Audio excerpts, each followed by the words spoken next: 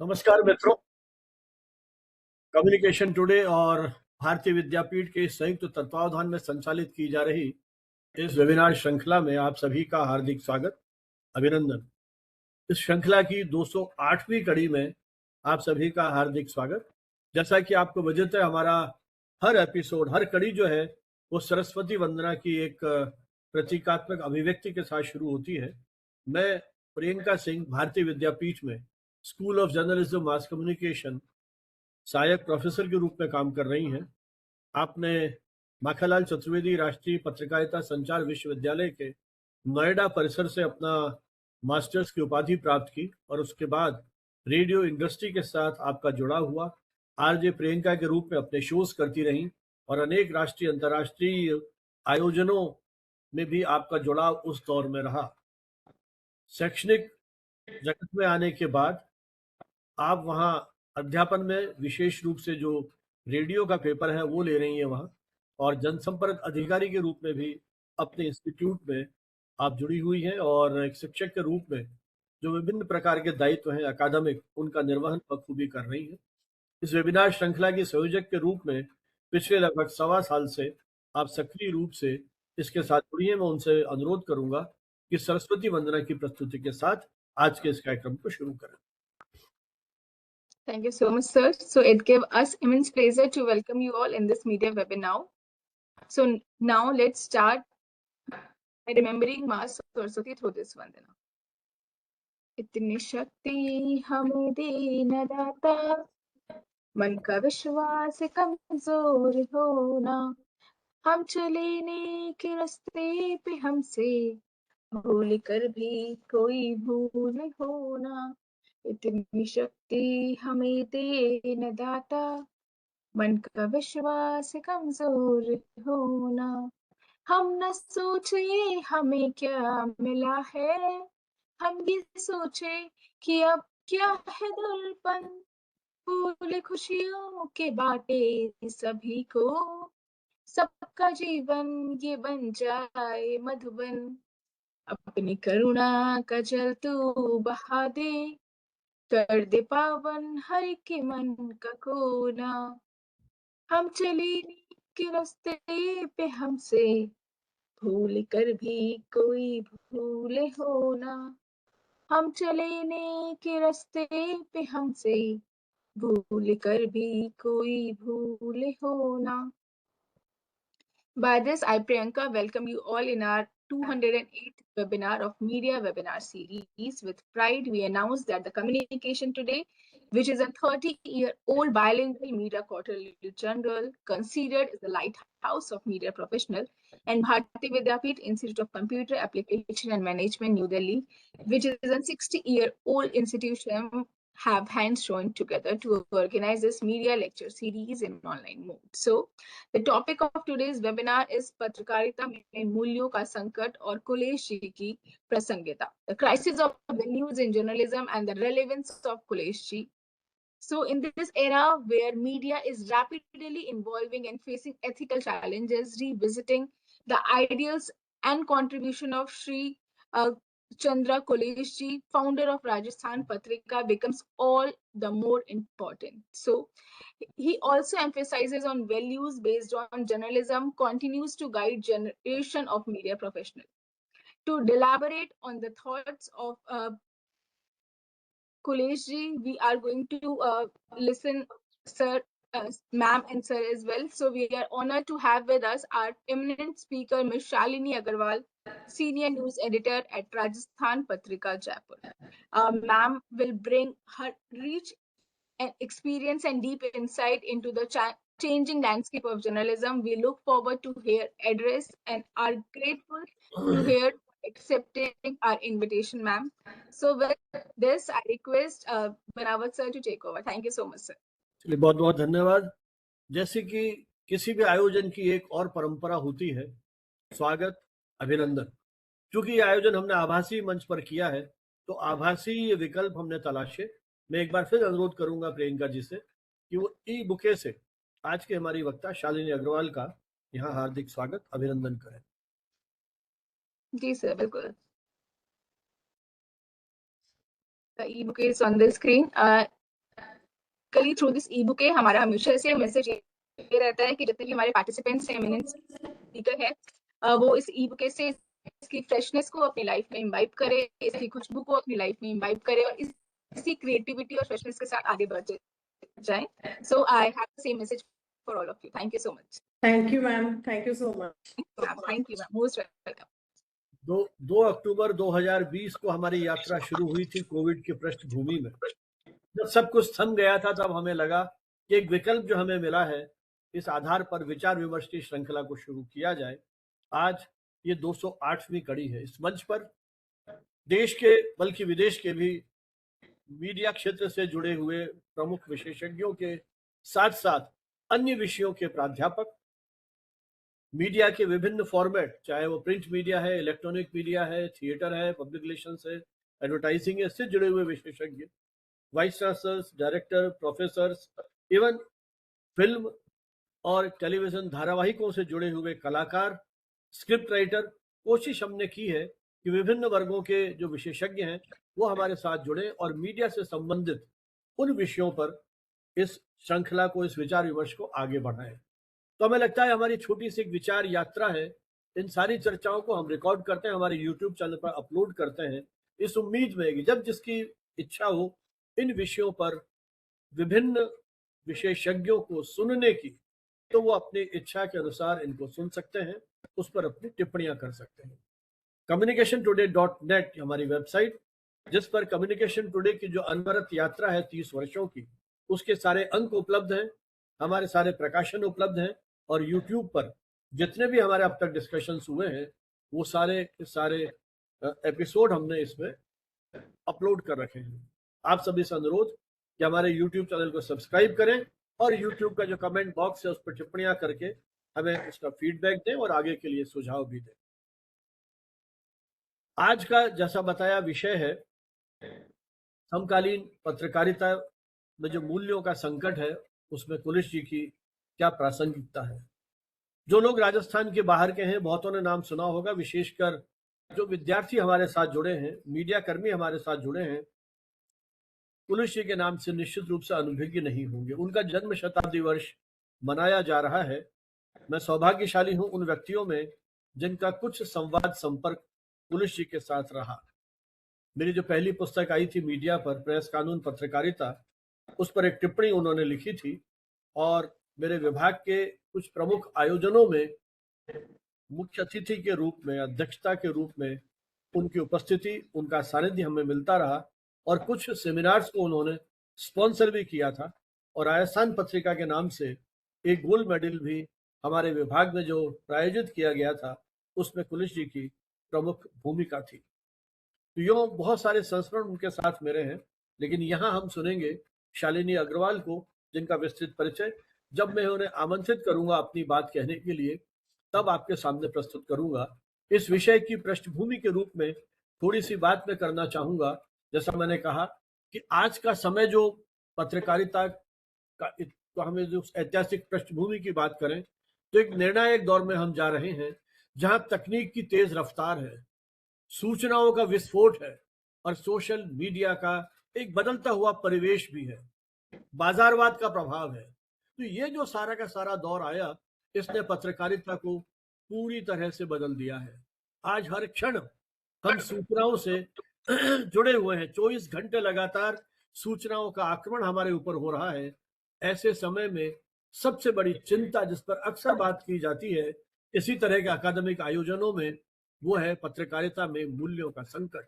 यह संकट केवल पेशेवर स्तर तक सीमित नहीं है, बल्कि समाज में जो लोकतांत्रिक हमारी व्यवस्था है या उसकी जो हमारी जन चेतना है उसको भी कहीं न कहीं गहराई से प्रभावित किया है. पत्रकारिता का उद्देश्य क्या है? यदि हम सैद्धांतिक बात करें तो सत्य की खोज, जनहित की रक्षा, सत्ता से सवाल. लेकिन वर्तमान में इन मूल्यों की जगह टीआरपी, क्लिकबैट, सनसनी और राजनीतिक आर्थिक दबावों ने ले ली है. खबर अब मिशन नहीं है, पत्रकारिता अब मिशन नहीं है जो आजादी के दौर में कभी हुआ करती थी. बाद में प्रोफेशन में बदली, अब प्रोडक्ट बनती चली गई और कई मित्र तो खुले स्वर में कहने लगे हैं कि वो कमीशन में परिवर्तित होती जा रही है. शायद वही यह बिंदु है जहां पत्रकारिता अपने मूल चरित्र से भटकती हुई दिखाई देती है। तो मूल्यों का, जैसा मैंने कहा कि इस संकट के बहुत सारे कारण हैं। बाजारवाद, कॉरपोरेट नियंत्रण, राजनीतिक हस्तक्षेप, दबाव, सोशल मीडिया का अनियंत्रित विस्तार और न जाने कितने, वो अभी विषय नहीं है, उसकी बहुत विस्तार से बात नहीं करूंगा। लेकिन ऐसे समय में एक ऐसी शख्सियत कपूर चंद जी कुलिश, जिनके पास कोई विश्वविद्यालय की उपाधि नहीं थी, सामान्य अक्षर ज्ञान जिनका था, लेकिन इतने सजग, सतर्क, संवेदनशील, जिन्होंने अपने बल पर एक छोटा सा सायकालीन अखबार निकाला 1956 में मार्च में। आज वो अखबार, उसने अपना एक विस्तृत व्यापक फलक तैयार किया है, देश के अनेक राज्यों से उसके संस्करण निकल रहे हैं। उसका सारा श्रेय एक तरह से कुलिश जी की जो जिजीविषा थी, जुनून था, पत्रकारिता की समझ थी, उसको हम दे सकते हैं। तो विशेषकर जब इन मूल्यों के जब हम बात करते हैं, इन संकट की बात करते हैं, तो ऐसे ही युगद्रष्टा पत्रकार हमें याद आते हैं कि किस तरह से हम उनके व्यक्तित्व को आज के दौर में समझे, विशेषकर युवा पीढ़ी जिनके कंधों पर आने वाली पत्रकारिता का भविष्य है, वो इन चीजों को विशेष रूप से समझे, जिन्होंने इस पत्रकारिता को एक मिशन के रूप में लिया क्या बल्कि जिया। कुलिश जी, जिनका पूरा नाम कर्पूर चंद जी कुलिश था, ऐसा ही एक नाम है जो भारतीय पत्रकारिता में मूल्य, साहस और प्रतिबद्धता का पर्याय माने जाते हैं, या प्रतिबद्धता, साहस और इसके मूल्यों के वो प्रतीक माने जाते हैं। कुलिश जी ने राजस्थान पत्रिका की स्थापना एक अखबार के रूप में नहीं, बल्कि एक विचार और जन आंदोलन के रूप में की थी। उनका मानना था कि पत्रकारिता का उद्देश्य केवल खबर देना नहीं, बल्कि समाज को दिशा देना भी है। उन्होंने निष्पक्षता, सत्यनिष्ठा और जनहित को सर्वोपरि रखा। वे सत्ता के खिलाफ आवाज उठाने की बात हो, चाहे समाज के कमजोर वर्गों के हित संवर्धन की बात हो, उन्होंने कभी किसी प्रकार के समझौते नहीं किए। सत्य के प्रति अगाध निष्ठा, जन पक्षधरता, सत्ता से संवाद न कि समझौता, संस्कृति और भारतीयता का सम्मान और वो नैतिक बल, यही वो कुछ गुण थे जो उन्होंने कुलिश जी को उन युग दृष्टा पत्रकारों की श्रेणी में ला खड़ा किया। तो आज हम कुलिश जी के उन विचारों से, कुलिश जी का जो पत्रकारिता की उनकी पूरी परंपरा थी, जो उनका जुड़ाव था, उससे क्या सीख सकते हैं। उसी दृष्टि से मुझे लगा, जब देश भर में अलग अलग मंचों पर इस तरह के आयोजन किए जा रहे हैं, तो क्यों नहीं हम हमारे इस मंच के माध्यम से भी उस युग दृष्टा पत्रकार की, उस पत्रकारिता के जो पक्ष है, संदर्भ है, उसे कहीं समझने का प्रयास करें। कैसे हम आज की पत्रकारिता में सत्यता और तथ्यों की पुष्टि को प्राथमिकता दें, कैसे हम निष्पक्षता और संतुलन को बनाए रखें, कैसे हम जनहित को सर्वोपरि रखें, केवल व्यावसायिक हित हमारे लिए प्रमुख नहीं हो, और कैसे पत्रकार अपने भीतर का जो नैतिक बल है, उसकी जो एक स्वाधीन चेतना है, उसे कैसे वो विकसित करे। और डिजिटल युग में जहां हर व्यक्ति कंटेंट क्रिएटर है, जिसके हाथ में मोबाइल है वही कम्युनिकेटर है, सिटीजन जर्नलिज्म की बात आज के दौर में की जा रही है, ऐसे में कुलिश जी के सिद्धांत और उनकी पत्रकारिता क्यों अधिक महत्वपूर्ण होती जा रही है, उस पर हमें चिंतन करना है। पत्रकारिता की विश्वसनीयता को बनाए रखने के लिए जिस एथिकल जर्नलिज्म की हम बात करते हैं, वो किस तरह की पत्रकारिता है, कुलिश जी का जीवन और कार्य हमें इसी बात का संदेश देता है कि तकनीक तेजी से बदल रही है।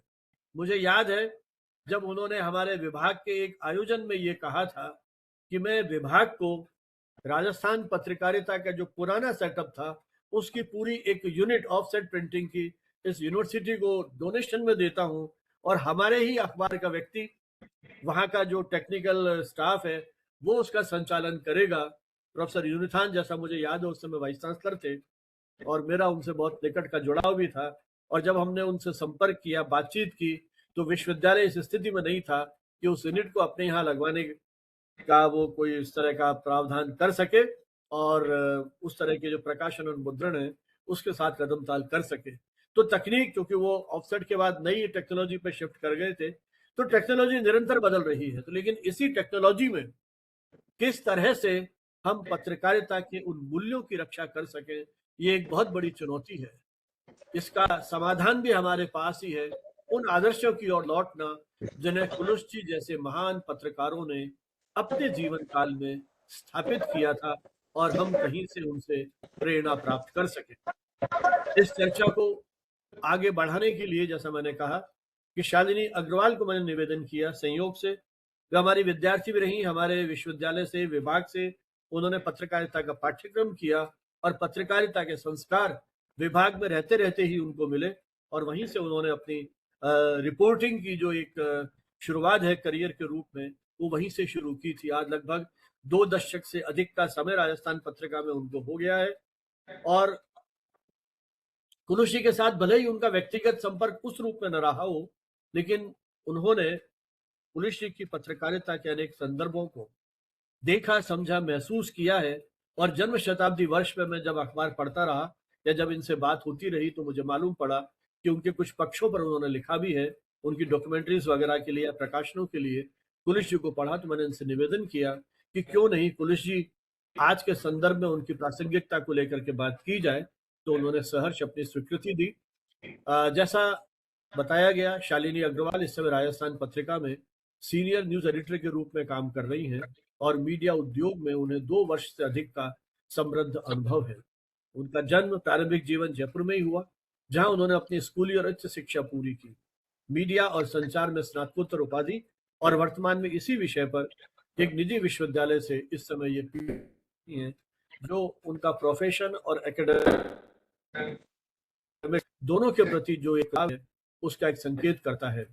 राजस्थान पत्रिका के साथ अपने दीर्घकालीन कार्यकाल में, अपनी उस पूरी पारी में शालिनी ने रिपोर्टिंग और संपादकीय दोनों क्षेत्रों में व्यापक अनुभव प्राप्त किया है। लेखन और संपादकीय नेतृत्व के माध्यम से उन्होंने सदैव पत्रिका के उन जो मूल्य है, लोकतंत्र, सामाजिक उत्तरदायित्व और सांस्कृतिक विकास और महिला सशक्तिकरण, इन क्षेत्रों में उन्होंने अपने आप को एक तरह से स्थापित किया है, अभिव्यक्त किया है।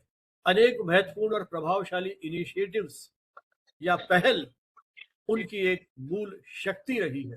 राजस्थान पत्रिका में रहते हुए जो नए प्रयोग उन्होंने किए, विशेष रूप से उनके नेतृत्व में राजस्थान पत्रिका में पिछले 5 वर्षों से संडे विमेन गेस्ट एडिटर के रूप में एक प्रयोग किया गया था जो लगातार चल रहा है। इस मंच के माध्यम से अब तक 250 से अधिक महिला अतिथि संपादकों की प्रेरक कहानियां और साक्षात्कार प्रकाशित किए जा चुके हैं, जिसमें विभिन्न क्षेत्रों की सफल महिलाओं को अपनी आवाज और अनुभव साझा करने का अवसर मिला है।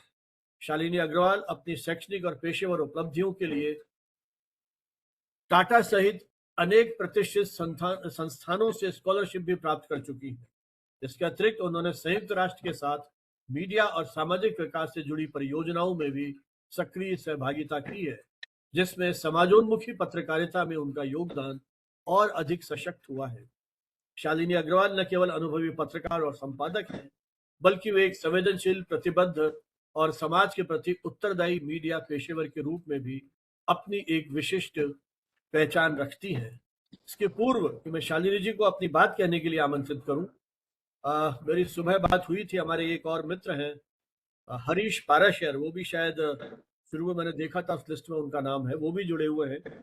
मैं उनसे भी अनुरोध करूंगा कि शालिनी जी के वक्तव्य के बाद, उनकी बहुत लंबी पारी रही है राजस्थान पत्रिका में, और जब मैं यूनिवर्सिटी का PR का काम देख रहा था एक तरह से कुलपति के प्रेस सलाहकार के रूप में, उस समय हरीश जी यूनिवर्सिटी को कवर करते थे, घंटों हमारी गपशप होती रहती थी और उच्च शिक्षा को जिस तरह से एक रिपोर्टिंग का विषय बनाया भाई हरीश पाराशर ने, वो आज तक उसके लिए याद किए जाते हैं। डिप्टी एडिटर के रूप में राजस्थान पत्रिका से अभी भी आप जुड़े हुए हैं और उन्होंने बहुत काम किया है कुलुषी के उस साहित्य को लेकर के। मैं तो उनसे भी अनुरोध करूंगा बाद में कि संभव हो तो वो भी अपनी कुछ बात करें। अब शालिनी अग्रवाल से मेरा अनुरोध है कि वो इस विषय पर हमें संबोधित करें। शालिनी अग्रवाल जी, बहुत शुक्रिया संजीव सर। और मैं, जैसे कि सर ने बताया कि मैंने जो अपनी पत्रकारिता के करियर की शुरुआत वो राजस्थान यूनिवर्सिटी से ही की थी। NISC में इस फील्ड में आ गई थी क्योंकि लिखने पढ़ने का शौक था, बहुत सारी किताबें मैं पढ़ती थी, तो मुझे लगा कि क्या किया जाए, तो चलो इस फील्ड में भी जाके देखते हैं। उस समय लड़कियां बहुत कम हुआ करती थी, घर वालों को भी संशय था पता नहीं क्या करेगी, कहाँ घूमती है, किधर जाती है। मोबाइल फोन नहीं थे तो उनको भी चिंता थी, लेकिन फिर उनकी चिंता जब उन्हें पता चला कि मैं पत्रिका में काम करने के लिए आई हूँ, तो मेरे पिताजी को लगा कि हाँ, एक एक परिवार के उसमें आ गई है वो, क्योंकि पत्रिका की छवि ऐसी थी। अब ये देखिए, पत्रिका की जो छवि ऐसी थी वो किसने बनाई थी? वो कुलिश जी ने ही बनाई थी। बहुत सारी बातें हैं मेरे पास कहने के लिए, लेकिन जब मैं सर की बात को शुरू कर रहे थे, पत्रकारिता के जो मूल्यों का संकट की जब उन्होंने बात की, तो बात मैं वहीं से शुरू करूंगी। अभी हाल में एक वेब सीरीज देखी मैंने, मामला लीगल है का सेकंड सीजन। तो उसमें जो वकील होती है अनन्या, वो एक सवाल पूछती है कि जब सारे रास्ते बंद हो जाते हैं तो जर्नलिस्ट क्या करता है? तो जो कोर्ट में जो उनका सबॉर्डिनेट होता है, जो कोर्ट में काम करता था, वो कहता है कि बिक जाते हैं। फिर वो सवाल पूछती कि जो नहीं बिकते वो क्या करते हैं? तो उन्होंने कहा अवार्ड वापसी। तो इस छोटी सी ये दो पंक्ति के जो संवाद है, उससे आप समझ सकते हैं कि जो पत्रकार हैं उनकी जो छवि है वो पूरे समाज में किस तरह से हो गई है, कि जो जब सारे रास्ते बंद हो जाते हैं और जर्नलिस्ट क्या करते हैं कि वो बिक जाते हैं। तो ये जो इस दो लाइन से हम समझ सकते हैं कि पत्रकारिता के जो मूल्यों का संकट है वो किस कदर आज हमारे सामने है। और जहां तक कुलिश जी की बात करूं, मैं उन सौभाग्यशाली व्यक्तियों में से नहीं हूं जिन्होंने कुलिश जी के साथ काम किया। मैंने उनको देखा जरूर है, और उनका जो जितना मैंने उनको पढ़ा, जितना उनके बारे में मैंने जाना, हरीश पाराशर सर भी हैं, उनके सानिध्य में मैंने उनके साथ काम किया, सर ने भी मुझे बहुत सारी बात बताई। तो राजस्थान पत्रिका की जो शुरुआत थी ना, आप समझ सकते हैं कि वो ही पत्रकारिता के जो मूल्य थे कुलिश जी के, उनको समझने के लिए काफी है। कुलिश जी राष्ट्रदूत में काम करते थे, और जब वो एक रिपोर्टर थे वहां पे, तो तत्कालीन जो मंत्री थे, अकाल राज्य मंत्री कुंभाराम चौधरी, उसकी प्रेस कॉन्फ्रेंस हुई। प्रेस कॉन्फ्रेंस का समय दिया गया था 10-11 बजे के आसपास, और मंत्री महोदय डीपीआर पहुंचे नहीं, कुलिश जी पहुंच गए थे, तो वो प्रेस कॉन्फ्रेंस का बहिष्कार करके आ गए। और उन्होंने खबर भी नहीं दी, क्योंकि वो उन्होंने बहिष्कार कर दिया था कि समय की कीमत नहीं है मंत्री महोदय को। अगले दिन जब उन्होंने देखा तो डीपीआर की प्रेस रिलीज सारी की सारी अखबार में छपी हुई थी। बहुत खफा हुए इस चीज से कि जब हमने बहिष्कार कर दिया तो ये प्रेस रिलीज क्यों छपी। उन्होंने इस्तीफा दे दिया, लेकिन फिर उनको उनके जो संपादक थे उन्होंने समझाया बुझाया, तो उन्होंने इस्तीफा वापस ले लिया। और कहीं वो एक क्षण था, वो एक घटना थी जिसमें उन्हें लगा कि अखबार ऐसा होना चाहिए जो तमाम राजनीतिक दबावों से मुक्त हो, और ऐसा अखबार खुद का अखबार हो सकता है। फिर जब दूसरी घटना हुई कि सोवियत संघ के जो दो नेता थे, खुश्चेव और बुल्गालिन, वो जयपुर आए, तो भारत आए, तो उनको जयपुर आने का भी प्रोग्राम था। तो अब सरकार ने उनकी आवभगत की सारी तैयारियां की। तो उस समय जो राष्ट्र प्रमुख थे वो पूर्व जो राज परिवार है उससे जुड़े हुए थे, तो उनका ठहरना रामबाग में था, घूमना पोलो ग्राउंड में था, आमेर दर्शन जाना था, खाना चंद्र में। तो इन सब जगहों को जो रंग रोगन जितना भी मरम्मत का खर्चा किया गया वो सरकारी खर्चे से किया गया, जबकि कार्यक्रम पूरा निजी जैसा हो गया था। तो कुलिशी के मन में ये बात आई कि जब कार्यक्रम सरकारी है और निजी उस आवासों में हो रहा है, तो किसी भी जो निजी संपत्ति है उसका जो खर्चा है वो सरकार क्यों उठाए। तो उन्होंने डायरी लिखना शुरू किया राष्ट्रदूत में। पहले दिन जब डायरी छपी तो संपादक के पास फोन आया, तो उनसे पूछा कि तुमने लिखा है? बोला हाँ लिखा है, क्योंकि मेरे हिसाब से ये गलत है, किसी भी सरकारी खर्चे पर कोई निजी काम नहीं होना चाहिए। तो उन्होंने कुछ नहीं कहा। अगले दिन जब वो डायरी लिखने बैठे तो जो स्थानीय संपादक थे बार के राष्ट्रदूत के, वो उनके सामने आके बैठ गए। पुलिस जी को उन्होंने कुछ नहीं कहा, पुलिस जी लिख रहे हैं, वो कुछ नहीं कह रहे हैं, वो सामने बैठे। लेकिन ये जो बात थी वो इतनी नागवार गुजरी कि पुलिस जी को ये कतई मंजूर नहीं था, ये उनके सिद्धांतों के खिलाफ था कि कोई मेरे लिखे पर नजर रखे। तो ये जो दूसरी घटना हुई उस पर उन्होंने बिल्कुल अपना मन बना लिया कि मैं अब इस्तीफा दूंगा और मुझे कोई नहीं रोक सकता, और उन्होंने इस्तीफा दे भी दिया। फिर उनको अखबार के मालिक ने बुलाया कि नहीं तुम इस्तीफा ले लो, तो उन्होंने कहा नहीं मैं इस्तीफा नहीं लूंगा। तो उन्होंने कहा अच्छा ठीक है, डायरी को लिखते रहो। तो उन्होंने डायरी लिखी जब तक वो थे वहां पर। तो ये दो घटनाएं आप समझ सकते हैं कि जो पत्रकारिता के जो मूल्य है ना, कि ना किसी दबाव में ना किसी प्रभाव में आपकी कलम चलनी चाहिए, वो ही पत्रिका की का जो नींव रखी गई वो ये इन दो वजहों से रखी गई। तो हम इससे समझ सकते हैं कि जो कुलिश जी थे उनके पत्रकारिता के मूल्य कितने महान थे। अब फिर तीसरी बात है कि जब उन्होंने सोचा कि अखबार शुरू किया जाए, खुद का अखबार शुरू किया जाए, पूंजी बहुत चाहिए, तो उन्होंने ये देखा कि जो प्रमुख अखबार हैं जैसे राष्ट्रदूत है, तो उस पे जयनारायण व्यास जी के कोई नेगेटिव खबर नहीं छपती। लोकवाणी है तो उस पे हीरालाल शास्त्री जी का प्रभाव है। नवयुग है उसमें सुखाड़िया जी का है। तो उन्होंने सोचा कि अगर मैं किसी नेता की मदद लेता हूँ किसी भी तरह से फाइनेंशियल उसमें, तो मुझे उसकी वाहवाही करनी पड़ेगी और पाठकों के मन में भी ये हो जाएगा कि फला अखबार में तो फला खबर नहीं छपेगी। तो वो एक ऐसा अखबार बनाना चाहते थे जो जिसके लिए पाठकों के मन में ये हो कि वो एक निष्पक्ष अखबार है। इसलिए उन्होंने किसी की मदद ली अपने मित्रों से, और 500 रुपए में, और वो कहते हैं 2.5 लोगों के साथ मिलकर एक छोटी सी प्रेस के साथ उन्होंने राजस्थान पत्रिका की शुरुआत की। तो यहाँ से हम ये बात समझ सकते हैं कि जो कुलिश जी थे उनके जो पत्रकारिता के मूल्य थे वो कितने महान थे, कितने आगे के थे। अभी आप इसके अलावा जब उन्होंने अखबार शुरू कर दिया तो ऐसी बात नहीं कि उनके सामने तमाम मुश्किलें आई, वो कभी झुके नहीं ना कभी डिगे। एक छोटा सा उदाहरण है कि 1962 या उसके आसपास गृह मंत्री थे तत्कालीन रामकिशोर व्यास जी। तो उनकी जो बहू थी उनसे उनका कुछ घर में पारिवारिक झगड़ा था। तो उन्होंने अखबार में खबर छपी कि गृह मंत्री गृह कलेश से संतप्त। ये खबर छपते ही उस जमाने में पत्रिका के जो सरकारी विज्ञापन थे वो बंद कर दिए गए और पूरे 1 साल तक वो जो विज्ञापन थे वो बंद रहे। कुलिश जी ने तमाम आर्थिक नुकसान झेले लेकिन वो रुके नहीं, वो झुके नहीं, वो किसी के आगे डिगे नहीं।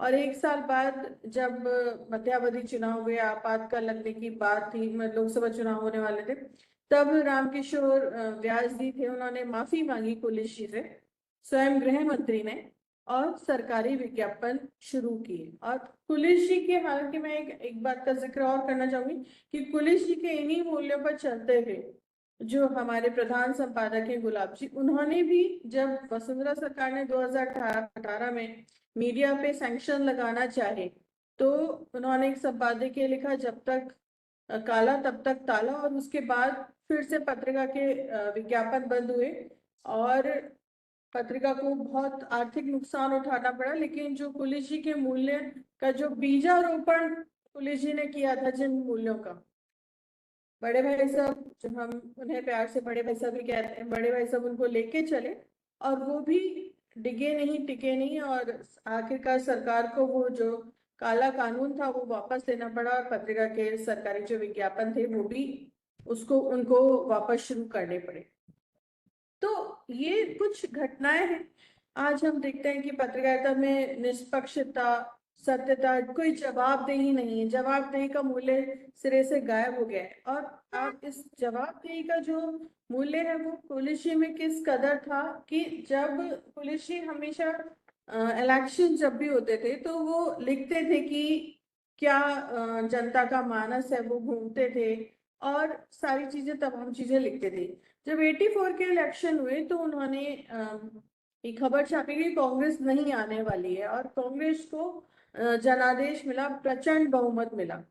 कुलिश जी ने संपादक होते हुए, कुलिश जी चूंकि अखबार के मालिक थे, संपादक भी थे उस समय, उन्होंने फ्रंट पेज पे संपादक के लिखा और क्षमा मांगी अपने पाठकों से कि मैं क्षमा चाहता हूं कि मैं आपकी उम्मीदों पे खरा नहीं उतरा, मैंने आपको गलत बताया, बहुत सारी तमाम दूसरी चीजें थी। लेकिन वो कहते थे कि मेरी जो सबसे पहली जो जवाबदेही है वो मेरे पाठकों के प्रति है।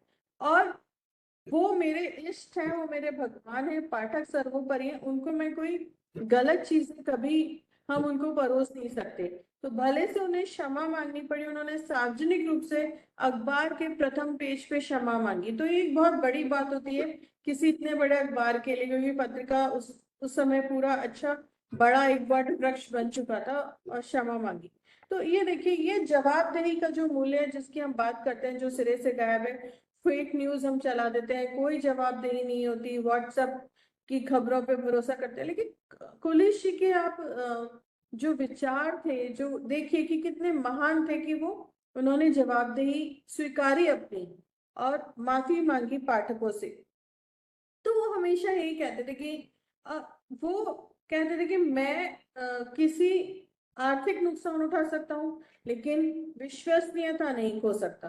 तो विश्वसनीयता, जिस क्रेडिबिलिटी की हम बात करते हैं, कि जैसे मैंने शुरू में कहा कि बहुत आसान भाषा में कह दिया गया एक वेब सीरीज में कि जब सारे रास्ते बंद हो जाते हैं तो पत्रकार क्या करते हैं, तो बिक जाते हैं। ये क्रेडिबिलिटी की बात है कि क्रेडिबिलिटी कहीं खो गई है, लेकिन पुलिस जी उसको लेके चले।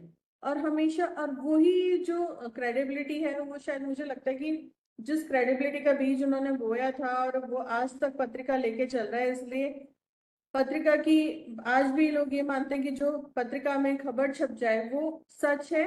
और लोग कंफर्म करते हैं आज भी कि कोई खबर आई है, छुट्टी की भी है, सपोज छोटी से छोटी चीज है, पत्रिका में छपी है क्या। अगर उनको लगता है कि पत्रिका में छपी है, सच है, साफ दूसरे अखबारों का सर्कुलेशन कुछ भी हो, कुछ भी वो कहें, दावा करें, लेकिन पत्रिका में छपी खबर को ही सच माना जाता है। तो ये जो मूल्यों का बीजारोपण पुलिस जी ने किया पत्रिका के अंदर, वो आज भी कायम है, और पत्रिका उसको लेके चल रही है। और दूसरी बात ये है कि वो कहते थे कि हमेशा की संपादक एक तरफ है, रिपोर्टर एक तरफ है। वो कहते थे कि मेरा जो अखबार है उसका जो रिपोर्टर है वो लिखने के लिए स्वतंत्र है, उस पर कोई दबाव नहीं है। जबकि आज आप देखें जितने भी अखबार हैं, संपादक हैं, वो दबाव डालते हैं कि ये खबर जाएगी या ये नहीं जाएगी। इसका छोटा सा एक एग्जाम्पल मैं बताती हूँ कि जब जनता कॉलोनी में एक सिनेमा घर खुलने वाला था, तो रिपोर्टर ने खबर लिखी कि वो नहीं खुलना चाहिए, इससे वहां पर गंदगी फैल जाएगी, न्यूसेंस क्रिएट हो जाएगा। और उसी खबर है, मतलब वही अखबार है, पत्रिका, वहां पे पुलिस जी का संपादकीय छपा कि नहीं, ये एक प्रोग्रेसिव है, सिनेमा एक बढ़ती हुई विद्या है, तो ये सिनेमा घर खुलना चाहिए। यानी कि बतौर संपादक उन्होंने कभी भी अपने पत्रकारों को, अपने रिपोर्टर को उनका हाथ नहीं पकड़ा कि अगर उन्हें लगता है कि ये सही है तो वो सही छपे। वो कभी भी रिपोर्टर्स को दबाते नहीं थे। तो ये जो बात है, आप ये देखिए कि आज हम मीडिया की बात करते हैं कि मीडिया बिक गया है, या मीडिया सत्ता के खिलाफ खबरें छापेगा, नहीं छापेगा, ऊपर से गवर्न होगी, कोई खबर रुक जाएगी, रिपोर्टर लिख रहा है लेकिन छपेगी नहीं। तो ये इस चीज की जो बात थी, वो पुलिस जी थे, उन्होंने कभी भी ये अपने रिपोर्टर्स पे कभी भी ये नहीं थोपा कि मेरे विचार ही तुम आगे लेके आओ। एक बार विश्वसनीयता की जो बात कर रही थी मैं, उसमें मैं एक चीज और बताना चाहूंगी कि हरिदेव जोशी से, जो उस समय के मुख्यमंत्री थे, उनकी अच्छी मित्रता थी। तो हरिदेव जोशी जी ने ये उनको बस जाते जाते ये कह दिया कि लोकसभा चुनाव होने वाले, मध्यावधि चुनाव, यानी कि आपातकाल लगने का इन्होंने हिंट दे दिया था। लेकिन पुलिस जी ने उसको अखबार में नहीं छापा, जबकि एक देश का एक बहुत बड़ा अंग्रेजी अखबार है, उसने, जब उनको ये स्कूप पता लगा था, तो उन्होंने छाप दिया था। पुलिस जी को पता था, क्योंकि पुलिस जी का कहना था कि जो विश्वसनीयता है ना, वो मेरे लिए सर्वोपरि है, किसी भी व्यक्ति के विश्वास की रक्षा करना। और अगर विश्वास तोड़ के सर्कुलेशन हासिल किया जाए, प्रसार हासिल किया जाए, तो वो मुझे मंजूर है, क्योंकि विक्रय तो फिर भी हासिल किया जा सकता है, लेकिन जो विश्वास है उसको हासिल नहीं किया जा सकता।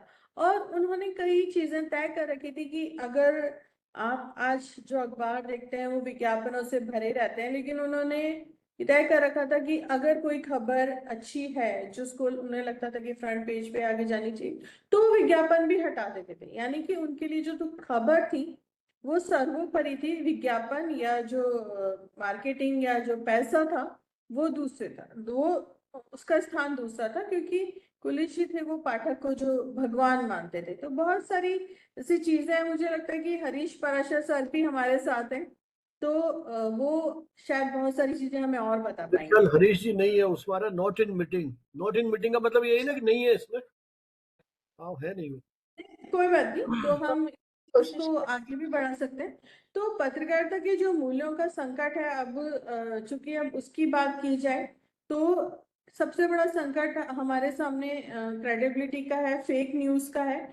और आप ये देखें कि आज जितने भी अखबार हैं उनमें एडिट, किसी जमाने में एडिटोरियल हावी होता था, लेकिन आज मार्केटिंग हावी हो चुकी है। और मार्केटिंग इस कदर हावी है कि अगर विज्ञापन आता है तो रातों रात खबर हट जाती है, या सत्ता पक्ष का दबाव आ जाता है, क्योंकि वो एक बड़ा विज्ञापन दाता होता है, तो खबरें हट जाती हैं। लेकिन पुलिस जी, मैंने बताया कि इस चीज से कभी डिगे नहीं, और उन्होंने जो समाचार थे उसको सर्वोपरि माना विज्ञापन की बजाय। तो और इसी तरह से वो अपने एम्प्लॉयज का भी, क्योंकि उनका जो मूल्य था वो पत्रिका को अपना परिवार समझते थे। और आज एक झटके में लोगों को नौकरी से निकाल दिया जाता है, लेकिन वो अपने कर्मचारियों की जब तरक्की थी उसी में ही अपनी तरक्की मानते थे। जब उनके संस्थान में एक जने ने कार खरीदी या स्कूटर खरीदता था कोई, तो उनको लगता था, तो वो बहुत खुश होते थे और मिठाइयाँ बंटवाते थे। वो कहते थे कि जो कर्मचारी की तरक्की है उसमें ही हमारी तरक्की है, क्योंकि अगर कर्मचारी आगे बढ़ेगा तो पत्रिका भी आगे बढ़ेगा और हम एक परिवार की तरह हैं।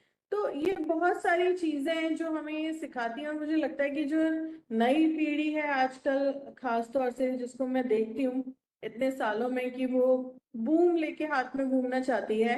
उनको लगता है कि कहीं से बस एक बूम मिल जाए, और किसी के आगे भी वो बूम उन्होंने लगा दिया और वो पत्रकार बन गए। लेकिन एक बहुत लंबी ट्रेनिंग की जरूरत है उनको, और उनमें वो जो मूल्य जो विकसित करने की जरूरत है। वरना हम यही सोचते रहेंगे, हम हमारे बारे में यही कहा जाएगा कि जब जर्नलिस्ट कुछ नहीं करते, जब सब रास्ते बंद हो जाते हैं तो जर्नलिस्ट बिक जाते हैं। तो ये सब चीजें मैं कहना चाहती हूँ।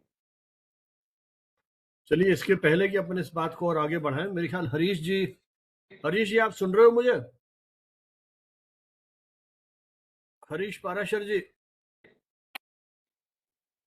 हाँ, नमस्ते नमस्ते हाँ सर। हरीश जी, नमस्कार नमस्कार, स्वागत है आपका। तो सर, अच्छा लग रहा है मैं ठीक सागर हूँ। जी, जारी रखें, आप अच्छी नहीं जानकारी दे नहीं, रहे नहीं हैं। सर, आप थोड़ा बताएं, बहुत क्योंकि आप भी। बहुत सीखा है, और पुलिस जी को जाना मैंने एक तरीके से हरीश पाराशर सर के माध्यम से ही है।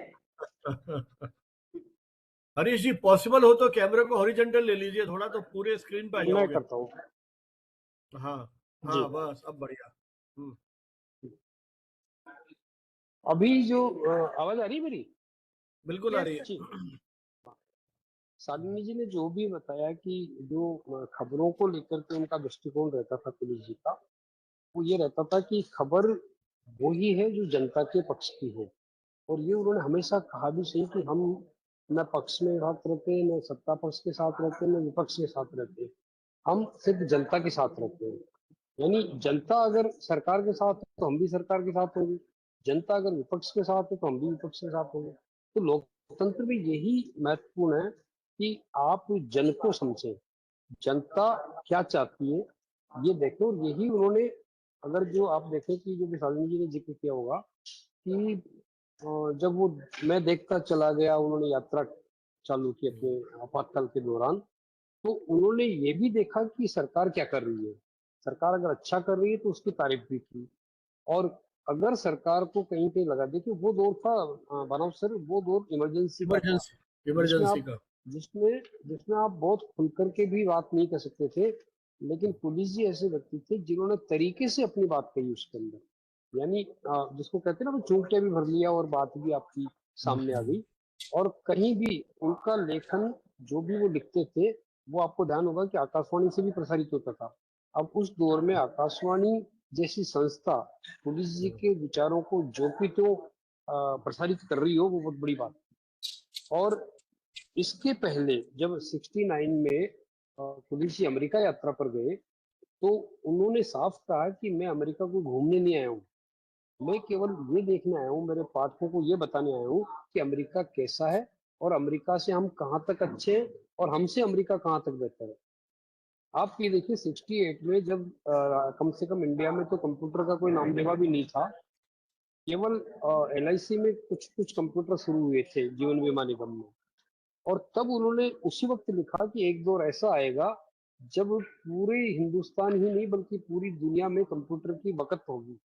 और पता नहीं क्यों ये लोग इसका विरोध कर रहे हैं हमारे यहाँ भारत में, जीवन बीमा से कर्मचारी जो है। और ये भी आप देखिए कि जब जब अखबार की बात आई, अखबार में जब भी कोई नई तकनीक की बात आई, तो पुलिस जी ने आगे होकर के उसको पहल किया, चाहे नई मशीन लाने की बात हो, चाहे अपनी कंपोजिटिंग का नया सिस्टम लाने की बात हो। तो ये सारी चीजें इसीलिए कि वो चाहते थे कि अखबार की जो भी जानकारी है वो एक तो अच्छी जाए, साफ सुथरी जाए मुद्रण के हिसाब से भी। दूसरा आपने ये भी देखा कि पुलिस जी ने अपने समय में ही राजस्थान पत्रिका का राजस्थान में तो विस्तार किया ही किया, साउथ में भी जाने की कोशिश की उन्होंने। बेंगलोर गए सबसे पहले, बेंगलोर एडिशन चालू किया, और तब भी उन्होंने ये कहा कि मेरा मकसद बेंगलोर आने का ये नहीं है कि व्यावसायिक दृष्टि से मुझे कोई फायदा लेना है। उनका ये मत था कि अ, हिंदी भाषी क्षेत्रों को साउथ से जोड़ा जाए। और हमारे जो मारवाड़ी बंधु हैं जो राजस्थान के बारे में बहुत कुछ जानना चाहते हैं, वो वहां जाए। आज भी आप देखिए, चाहे आप तमिलनाडु ले लीजिए, चाहे कर्नाटक ले लीजिए, चाहे गुजरात, सूरत, अहमदाबाद के दोनों स्टेशन ले लीजिए, इवन दक्षिण में कोयम्बटूर तक हमारा एडिशन उन्हीं के प्रयासों की वजह से चल रहा है, क्योंकि उन्होंने ही ये पहल की कि हमें स्थानीय बन के नहीं रहना, हमारा जो स्वरूप है वो राष्ट्रीय स्तर पर होना चाहिए। और आप अगर कभी हमारी फिल्म देखते हो बानोद जी जो पत्रिका की तैयार की है, उसमें शुरू ही वो यही कहते हैं कि जन्मी जस्सु बढ़ रही, जन्मी जस्सु बढ़ रही निजरा में आकाश, यानी बढ़ तो रही है लेकिन नजरों में हमेशा उन्होंने आकाश रखा कि ऊंचाई कैसे छुई जाए। एक पत्रिका सी जन्म मरुधर्म पाई, ये शुरुआत उनकी पंक्तियां हैं, आपने काफी कई मुखों को सुनी भी होगी। तो मुझे लगता है कि पुलिस जी के बारे में जैसे जो जो आपने शुरू में कहा कि मूल्य आधारित पत्रकारिता होनी चाहिए, सही है। जिस अखबार का जन्म ही इस बात से हुआ हो कि किसी तरह का अंकुश नहीं रखा जाना चाहिए लेखन पर। आपको ध्यान होगा भी शालिनी जी ने जिक्र भी किया होगा, क्योंकि मैं बीच में जुड़ नहीं पाया था।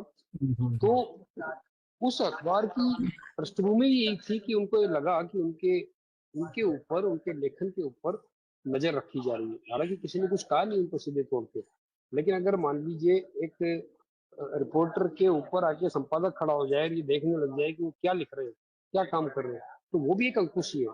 इस अंकुश को भी उन्होंने बर्दाश्त नहीं किया और तत्काल अपना इस्तीफा वहां पेश किया, और इस्तीफा देने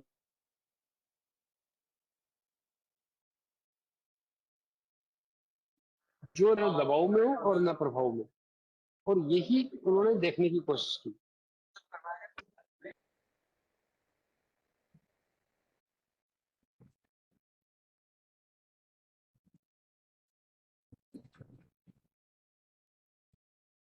कुछ नेटवर्क इशू है शायद।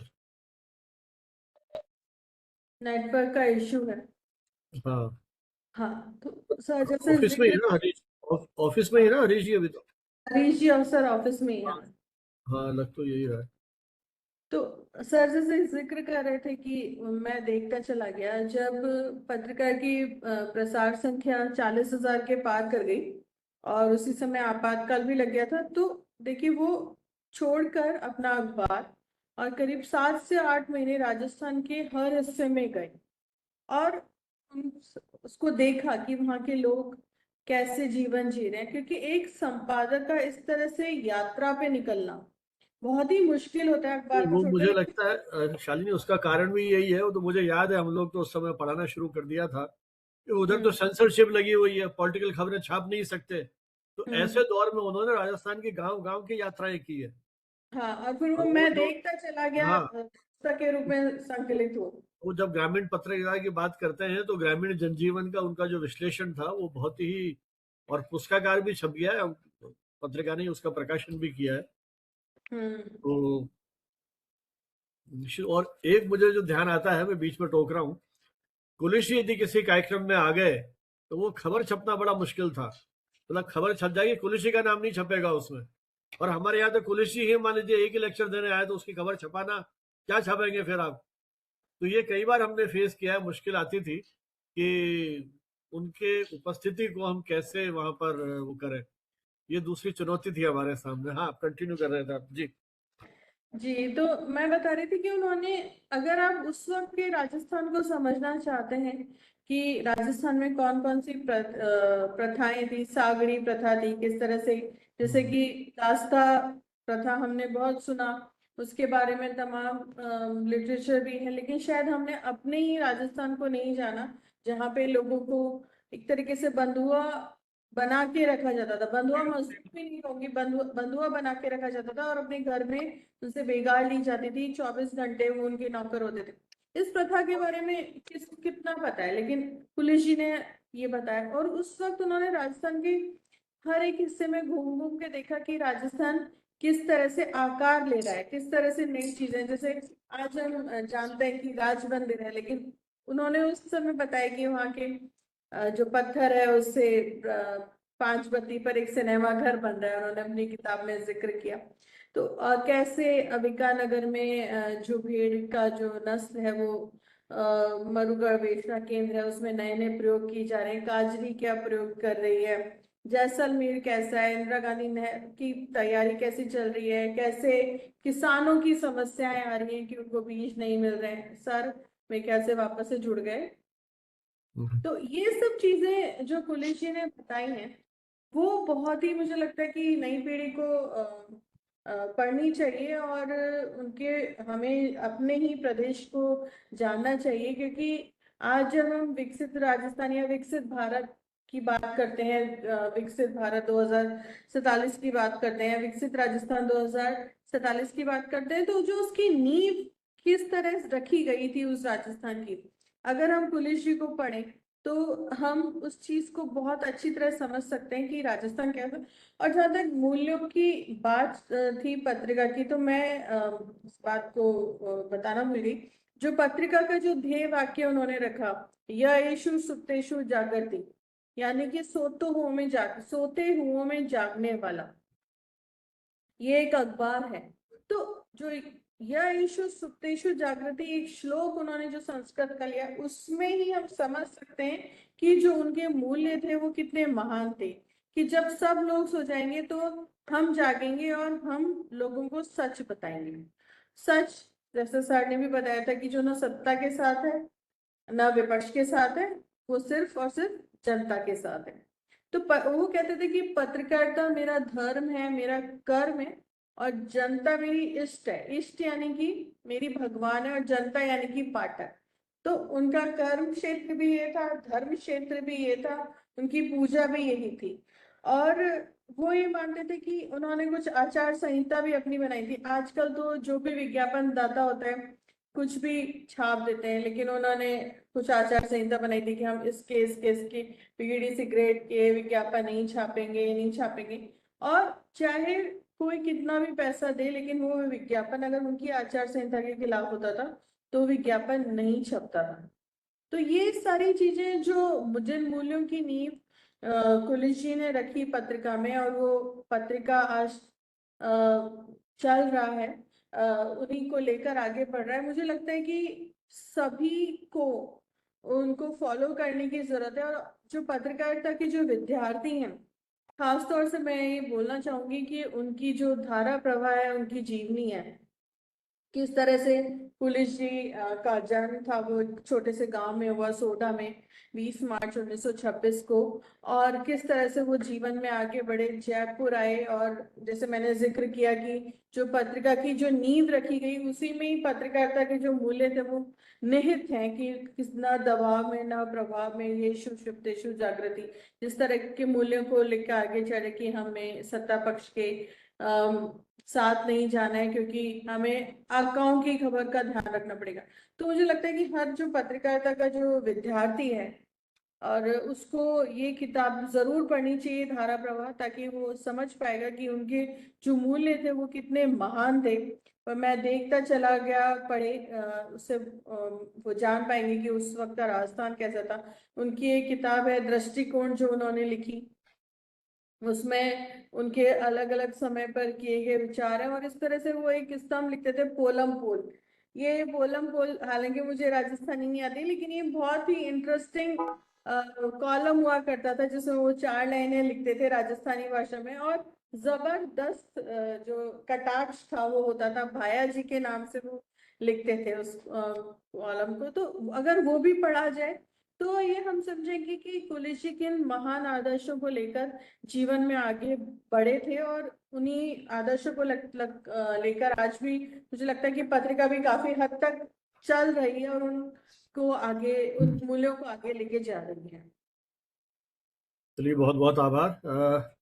हरीश जी मेरे ख्याल नहीं जुड़ पाए वापस, वो तो नॉट इन उनका मीटिंग। मैसेज आया कि बड़े भाई साहब, जैसे मैंने कहा कि हमारे यहाँ आज भी जिन मूल्यों की नींव डाली थी कुलिश जी ने, की जो हमारे संपादक है उनको हम बड़े भाई साहब ही कहेंगे, तो उन्होंने मैसेज किया कि बड़े भाई साहब की खबर आने के कारण मेरे को हटना पड़ रहा है। अच्छा अच्छा, ठीक है, तो आप जुड़ नहीं पाएंगे वो, है ना। जी जी। चलिए, बहुत बहुत आभार, आपने अपने वक्त और हरीश जी ने बहुत सारे पुराने प्रसंगों को याद दिलाया। वो जो घटना शालिनी तुमने जिक्र किया ना, कुलिश जी ने माफी मांगी, यदि मुझे सही याद है तो पहला हेडिंग था गृह आखिर मंत्री, कांग्रेस, अच्छा आखिर मशा पुलिस जी ने क्षमा जो मांगी पाठकों से, हाँ हाँ जी आखिर जी। कांग्रेस जीतेगी तो कहां से। हम्म। मतलब उनका ये प्रेडिक्शन था कि कांग्रेस कहीं से नहीं जीत पाएगी, बिल्कुल। और कांग्रेस सभी जगह से जीत गई यहाँ।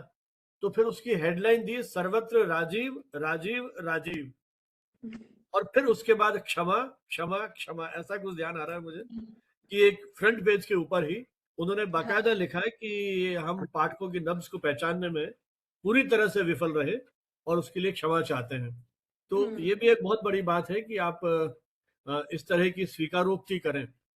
और वो जो आपने बात की रिपोर्टर्स के साथ, तो मुझे लगता है रिपोर्टर्स नहीं, वो तो शायद जो भी कभी उनके घर गया है कुछ लेने के लिए तो खाली हाथ नहीं लौटा है।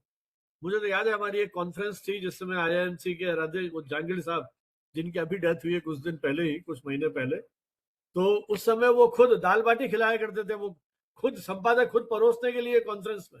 यूजुअली तो क्या पैसा दे दिया, मर्जी आया जो करो, नहीं, स्पॉन्सरशिप दी है तो या तो वो पत्रिका के वहीं बुलाते थे या जहां होता था वहां आकर के खुद परोसते थे। तो इस तरह की विनम्रता, इस तरह का जुड़ाव, क्योंकि उन्होंने वो सारा दौर देखा है, उस दौर से निकल करके आए हैं वो। और कोई पढ़ाई लिखाई उनकी कोई स्कूल एजुकेशन या यूनिवर्सिटी एजुकेशन थी नहीं, लेकिन वही जो शुरू में मैंने कहा कि जिस तरह की नब्ज थी, तो बहुत सारे ऐसे किस्से हैं जिसमें हम उनकी पत्रकारिता के प्रसंगों को देख सकते हैं, समझ सकते हैं।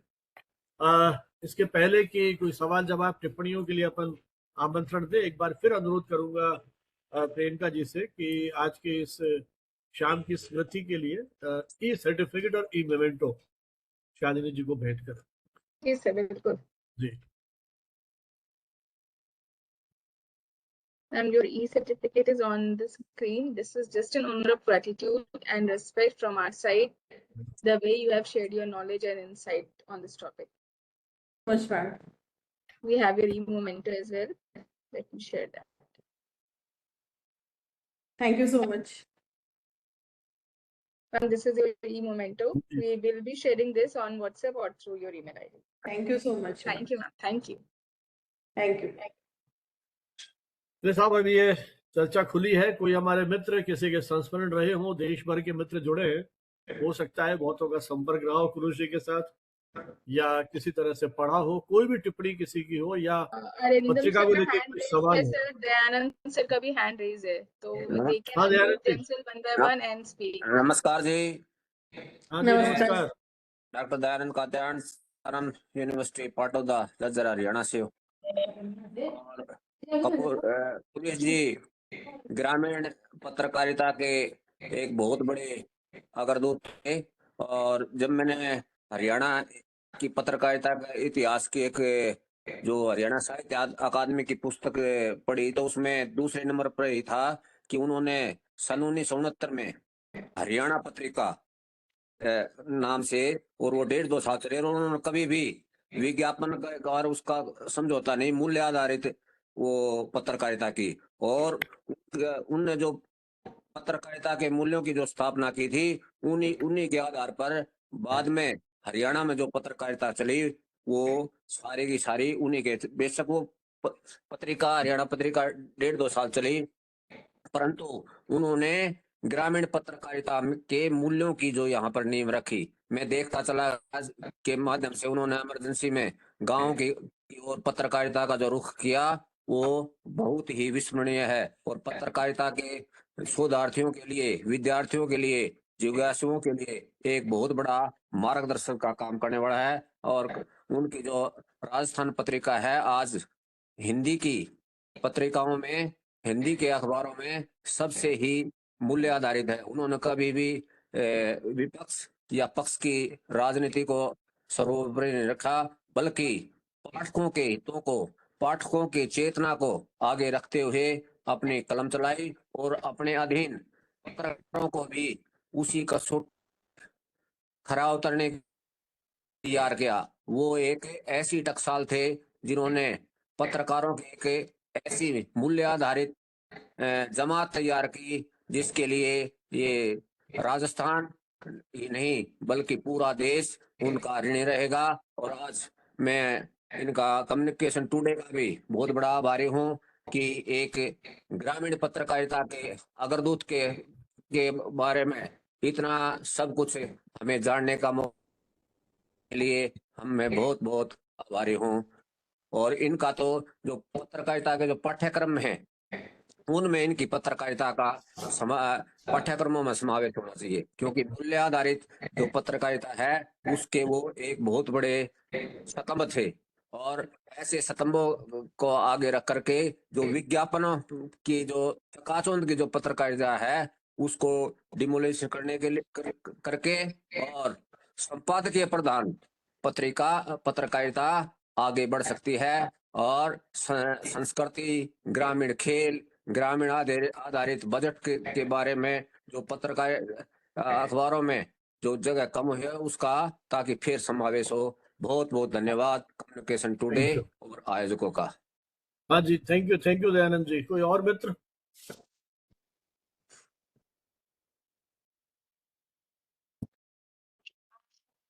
सर जुड़ सकता हूँ? हाँ अरविंद जी बोलिए। नमस्ते सर। नमस्ते शालिनी मैडम। आपका वीडियो नहीं दिख रहा है आपका।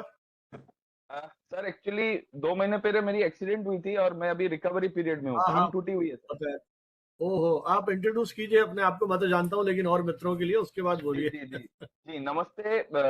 मैं डॉक्टर अरिंदम गुप्ता, असम ट्रिब्यून जो नॉर्थ ईस्ट से आती है, असम से आती है, one of the oldest papers in the country and the most circulated English daily in North East.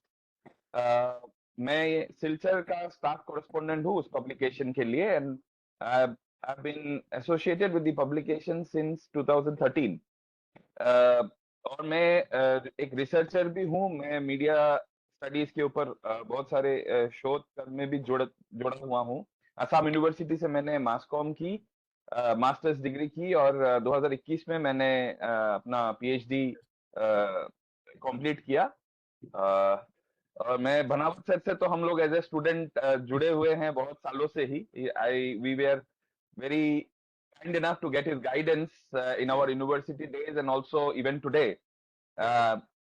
Just to reflect on today's program, I'm so delighted and so enlightened to know about Kulish sir's contribution कि मैं एक समय में मैं सोच रहा था कि ऐसे बहुत सारे जानकारियां हैं जो हमें as a student of media मिलती नहीं है।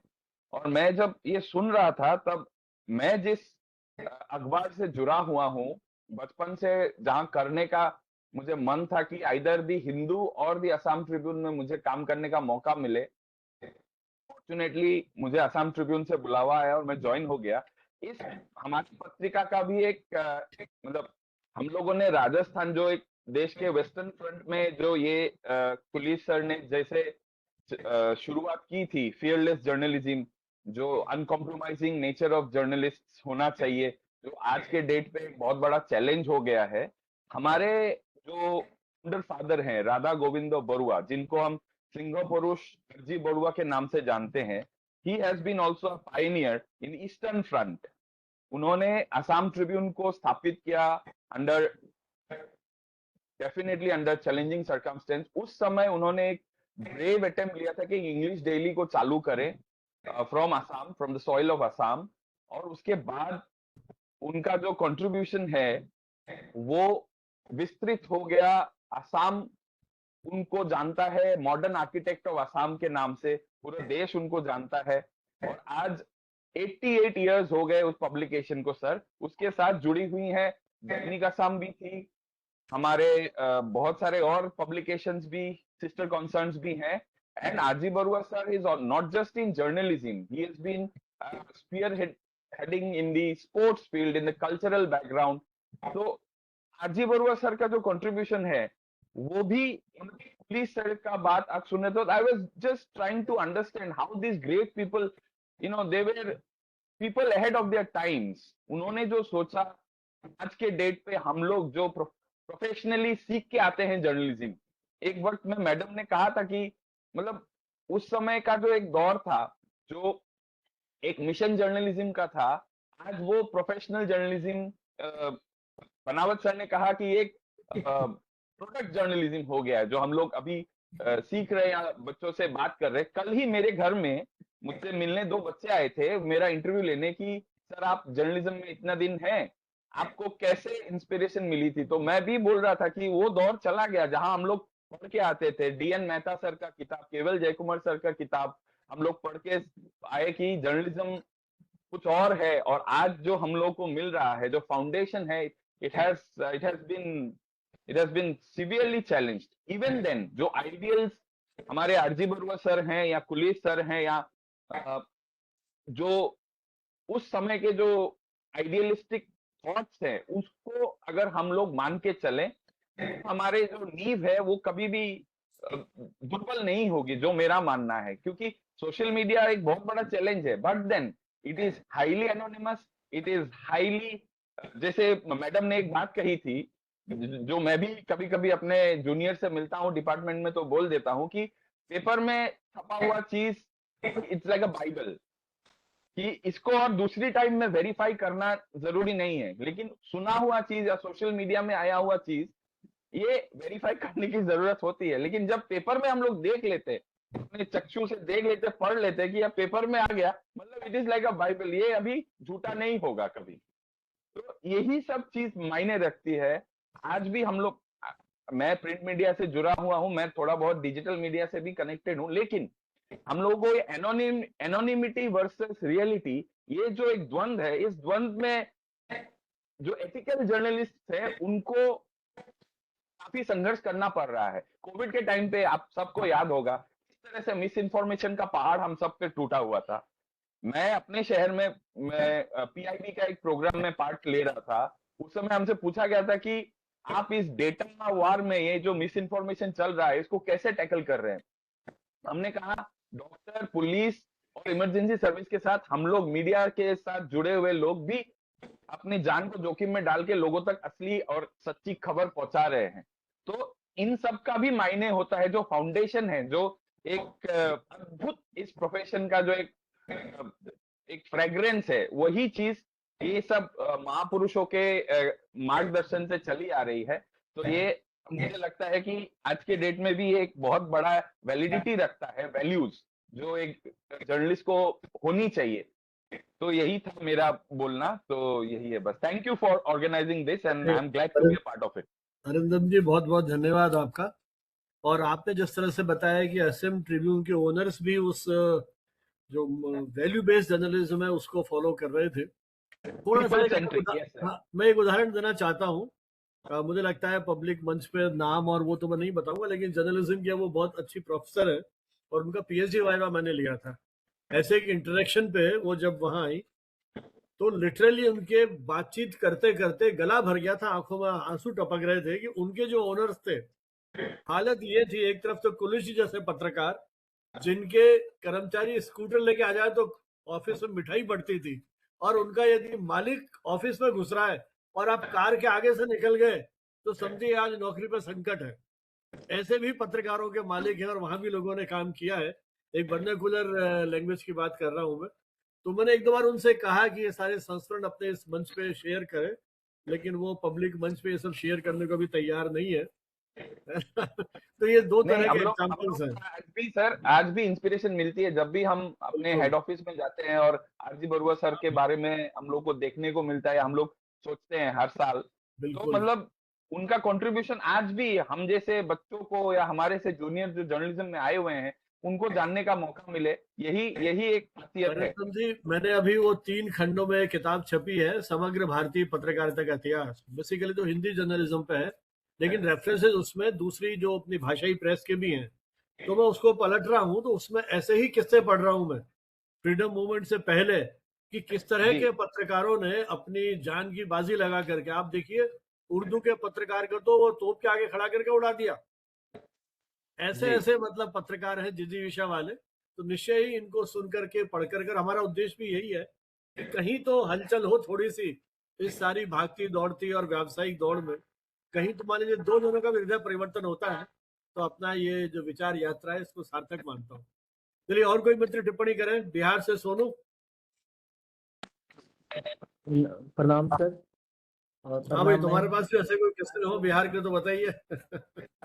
मैं तो जरूर यही बोलना चाहूँगा कि बहुत सी अच्छी जानकारी मिल पाई, और अरिंदम सर ने अभी बहुत ही अच्छी बातें बताई। दूसरी बात, ये जो राजस्थान पत्रिका है ना, मैं जब भी मेरे पास पीडीएफ अखबार का आता है, एक बढ़ता राजस्थान और एक राजस्थान पत्रिका, अच्छा साप्ताहिक हमारा परिवार करके निकलता है, बहुत अच्छा रहता है। उसमें बहुत सारे जनरल से संबंधित चीजें होती है, तो मैं उसे अवश्य शेयर करता हूँ, और मैं भी उसे पढ़ने का प्रयास करता हूँ।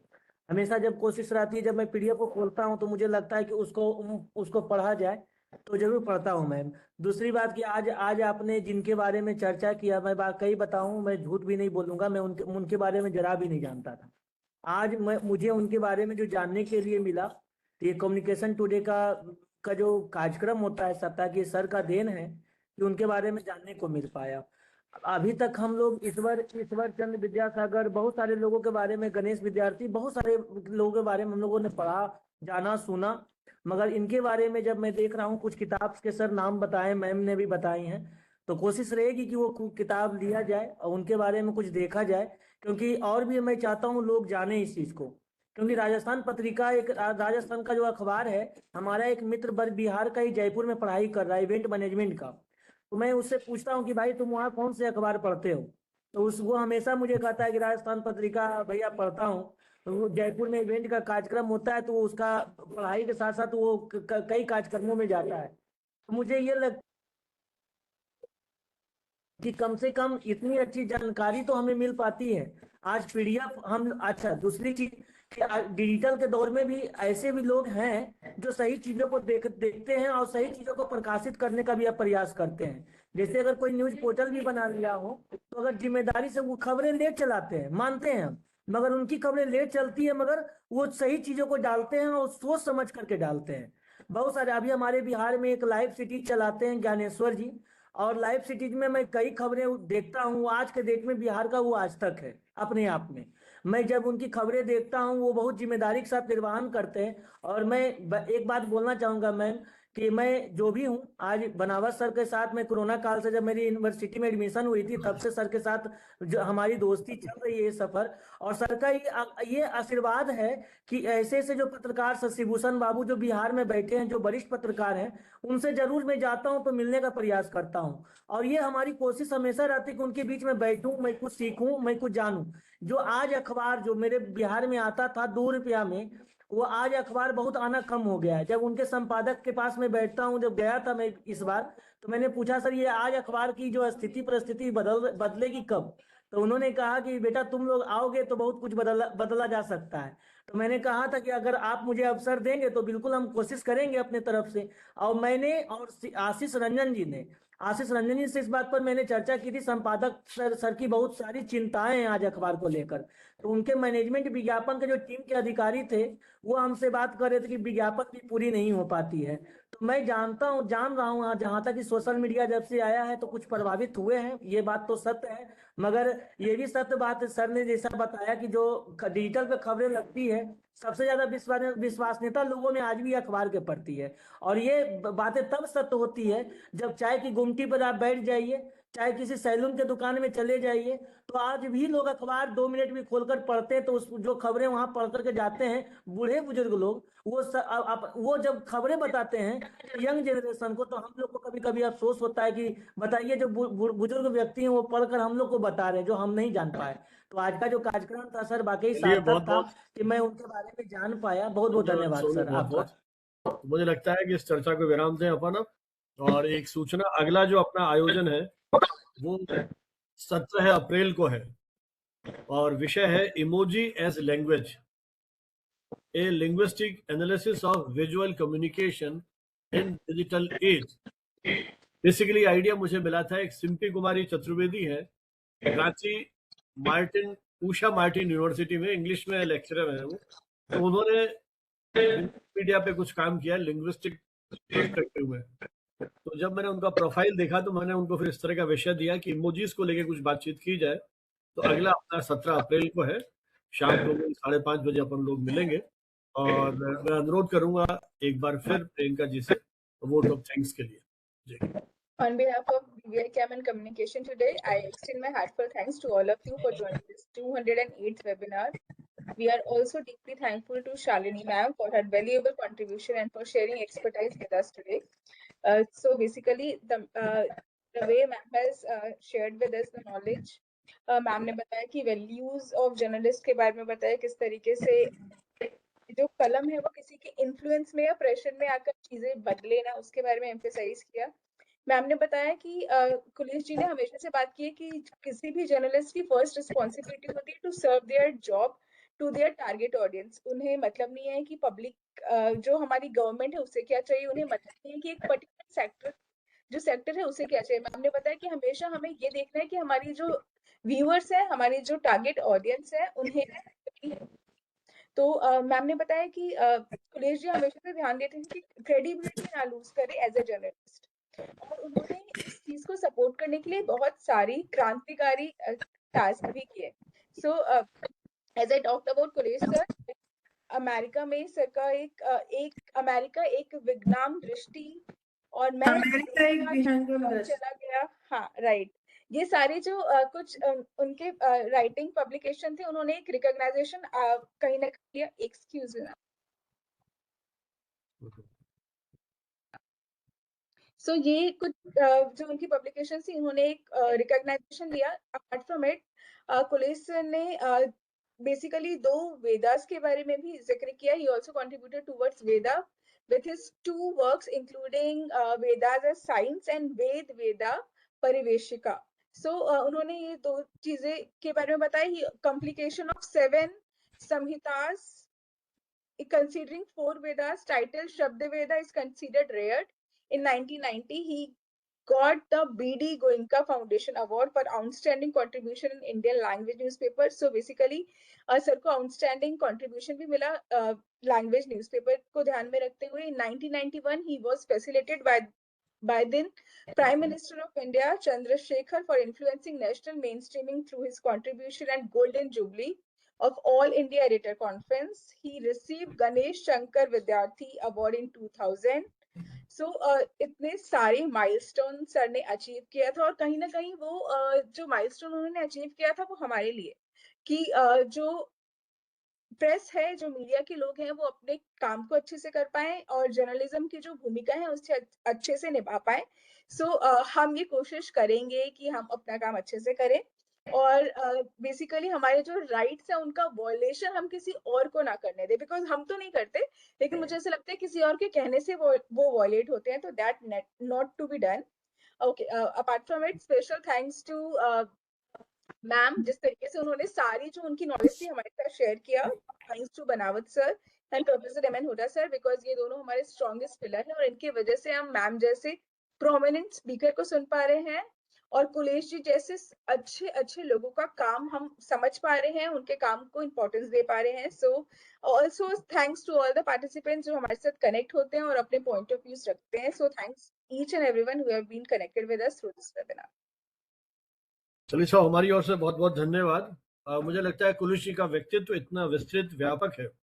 जैसा बताया, पत्रकार थे, कवि थे, कॉलमिस्ट थे, तो बहुत सारे उनके एरियाज हैं. तो करीब घंटे भर में उन सब पे चर्चा करना संभव नहीं है. इतनी लंबी उनकी यात्रा, इतना उनका लेखन, बहुत सारे पक्षों पर अलग अलग बातचीत की जा सकती है, लेकिन फिर भी चर्चा की शुरुआत है. और सबसे अधिक संतोष है कि हमारे दूसरे राज्यों के जो मित्र हैं, जिन्होंने कुछ ने पहली बार ये सब सुना है, तो मुझे लगता है इस तरह की चर्चाओं की सार्थकता है. बहुत बहुत आभार शालिनी अग्रवाल का विशेष रूप से, कि अपनी जो इवनिंग का समय आप जानते ही सबकी व्यस्तता रहती है, लेकिन फिर भी इतना समय निकाला. ये जो पुलिस जी का जो एक तरह से कंट्रीब्यूशन है, उसके प्रति अपना एक ट्रिब्यूट है किसी न किसी रूप में. मैं आभारी हूँ और ये यात्रा यूं ही चलती रहेगी. आप सब लोग जुड़े रहिए सहयोग समर्थन से. बहुत बहुत धन्यवाद. जय हिंद, जय भारत. और जिनको सर्टिफिकेट नहीं मिला है, शालिनी को सर्टिफिकेट